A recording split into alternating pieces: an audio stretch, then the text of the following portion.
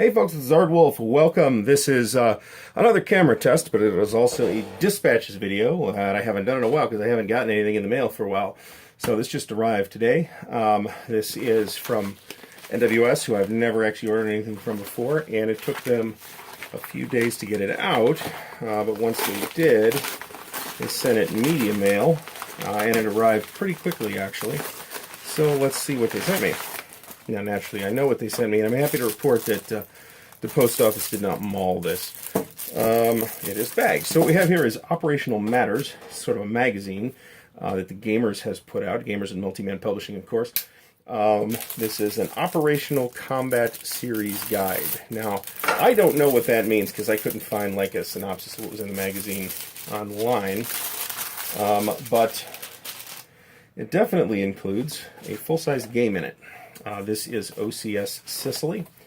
So let's see what we got here. This is the Multi-Man OCS. Okay, that's their little customer service note. We got 2 counter sheets, which is what I expected. We got a little bit of crinkling in here somewhere along the line. It doesn't look like any of the counters are mangled.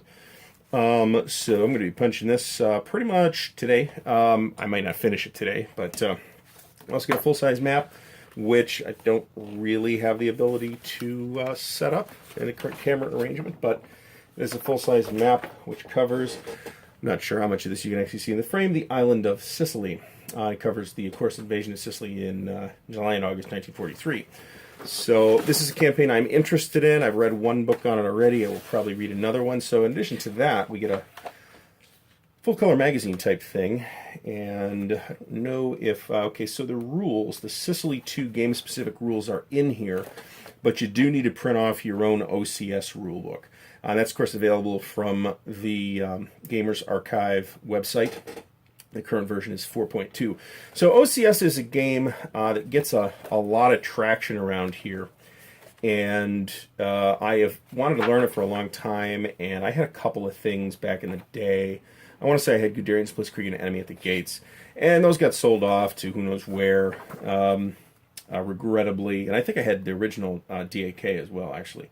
So this looks like it's got some retrospectives and some articles on specific stuff and specific titles in the series. So you got something on Tunisia, Burma, Sicily 2, Hubei's Pocket, the original Sicily, I guess, which is a different scale. So there's a game called Sicily Triumphant Folly that the Gamers did, which is an OCS title years ago, but I believe that was like a 4-map game, where this is down to 1 map. This is at, I want to say, 3.5 miles per hex, I think.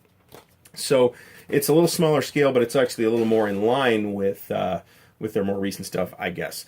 So they are not the same game, and I have not compared the two either. The game-specific rules are also available on the Gamers Archive website too. I will put a note to that in the video notes below. So this looks quite nice.